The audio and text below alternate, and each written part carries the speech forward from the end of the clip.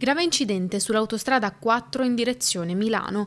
Erano le 6:45 del mattino quando, subito dopo l'area di servizio di Arino, un camion e un'automobile si sono scontrati.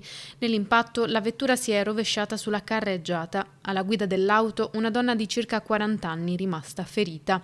È stata estratta dalle lamiere dai vigili del fuoco e affidata al personale medico.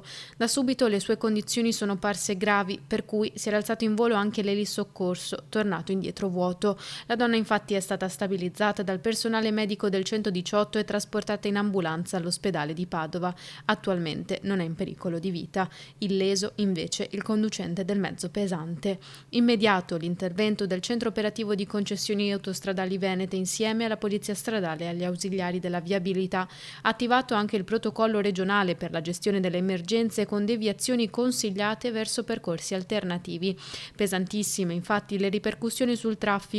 La circolazione è rimasta bloccata e si sono formati fino a 10 km di coda. Le corsie sono state riaperte poco prima delle 9, ma i rallentamenti sono proseguiti ancora per diverse ore.